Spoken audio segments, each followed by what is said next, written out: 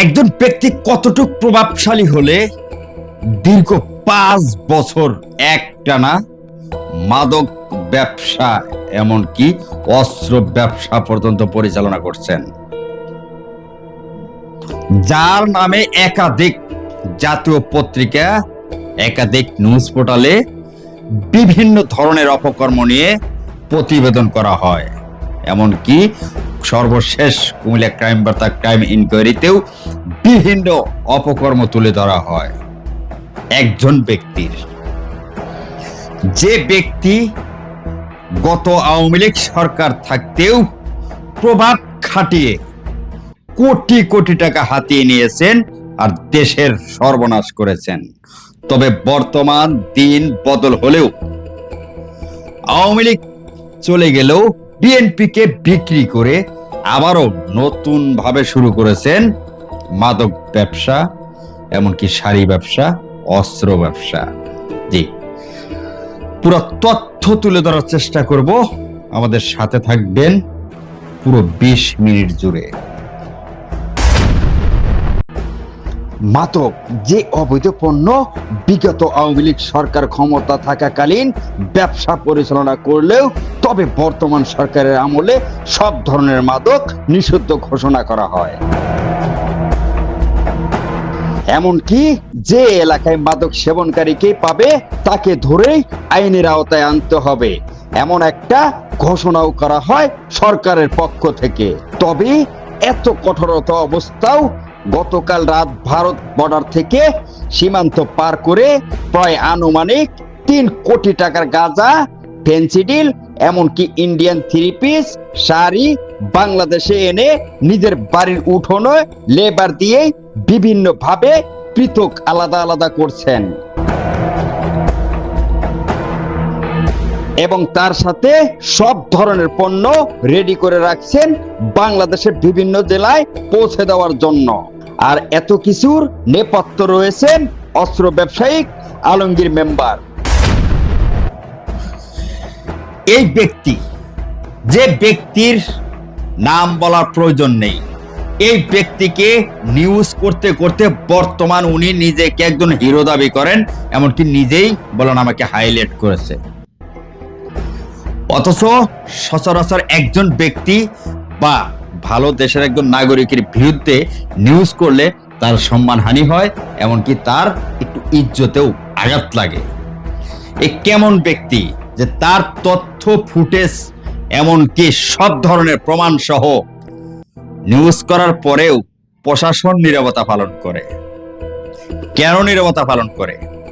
বা নেই তার অর্থের অভাব? প্রত্যেক রাতেই কোটি টাকা ইনকাম করছে। যে ভিডিওতে আমরা দেখানোর চেষ্টা করেছি, আমরা যতটুকু জানি ফেন্সিডিল, গাঁজা, ইয়াবা, এমনকি বিদেশি শাড়ি সব ধরনের পণ্য এ চালানে এসেছে। আর এখানে মোট প্রায় 2 কোটি টাকার অবৈধ পণ্য আছে। আর এই পণ্যই আনলোড করা হচ্ছে, আনলোড করে পরের দিন বিভিন্ন ভাবে বিভিন্ন জায়গায় ছত্রিয়ে দিবেন। আর এক এক জায়গা থেকে ব্যাংকে কোটি কোটি টাকা আসবেন। কাউকে ফোন দিতে হয় না, কাউকে প্যারা দিতে হয় না, টাকার কোনো টেনশনও করতে হয় না, কারণ তাদের সাথে আগেই গড়ে তুলেছেন সম্পর্ক। শুধু মাল যাবে আর এক দিক দিয়ে টাকা আসবে। সে ব্যক্তি কে? যার নামে একাধিক নিউজ করা হয়, এক নামেই চেনেন, অস্ত্র ব্যবসায়িক আলমগীর। আলমগীর এক সময় আওয়ামী লীগের প্রভাবশালী নেতা ছিলেন, তবে তখনও কামিয়েছেন হাজার কোটি টাকা। জানা যায় তার একাধিক বাড়ি, একাধিক গাড়ি, এমনকি প্রাইভেট হসপিটাল, নেই কোনো কিছুর অভাব। অথচ বেশ কিছুদিন আগেও করতেন ট্রাকের হেল্পারে। জানা যায় কসবা থেকে শুরু করে কুমিল্লা পর্যন্ত প্রত্যেকটি ঘাট বা পয়েন্টের মালিক এই আলমগীর। গোপন সূত্রে জানা যায় সে প্রতি মাসেই 1 থেকে 5 তারিখের মধ্যে একবার করে হলেও অস্ত্র সাপ্লাই করেন বাংলাদেশে। তবে তার এলাকা থেকেই একাধিক সূত্রে জানা যায় সে আবার বর্তমান বিএনপির নাম ভাঙিয়ে শুরু করেছেন অবৈধ মাদক ব্যবসা। এই একজন ব্যক্তি কসবা থেকে শুরু করে কুমিল্লা পর্যন্ত রাজত্ব করে যাচ্ছেন।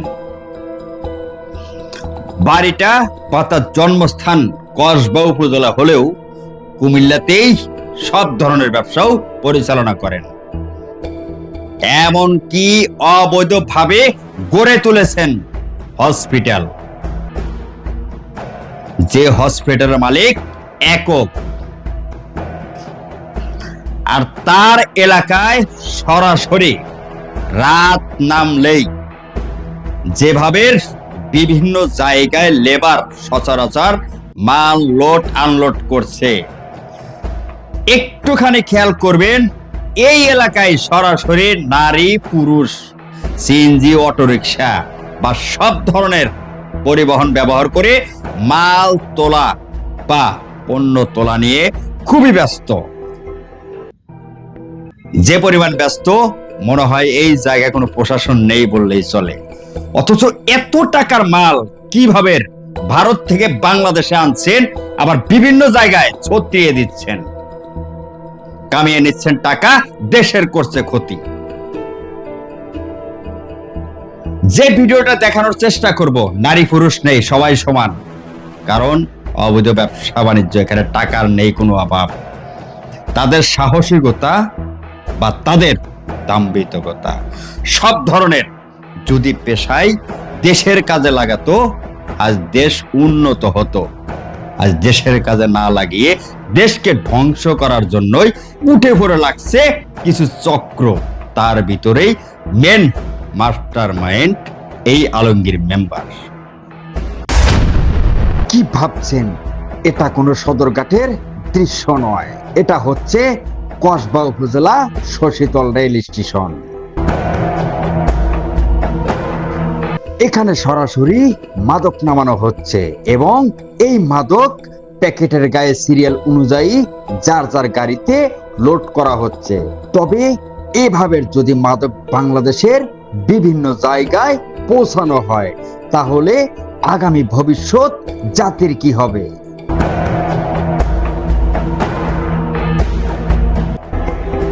তবে কি ভাবছেন এই ধরনের পণ্য বা মাদক সবার না? এটা কারণ পয়েন্ট আছে, এই পয়েন্ট অনুযায়ী ঘাটের মালিক আলমগীর মেম্বার। তবে আমরা সচরাচর জানি যারা মাটি বিক্রি করে তাদের মাটি কাটার প্রত্যেকটি পয়েন্ট থেকে প্রত্যেকটি পয়েন্টের মালিক কেউ না কেউ। এমনই পয়েন্ট হয় মাদক বা অবৈধ পণ্যর, যাহা বাংলাদেশে আনা হচ্ছে ভারত থেকে।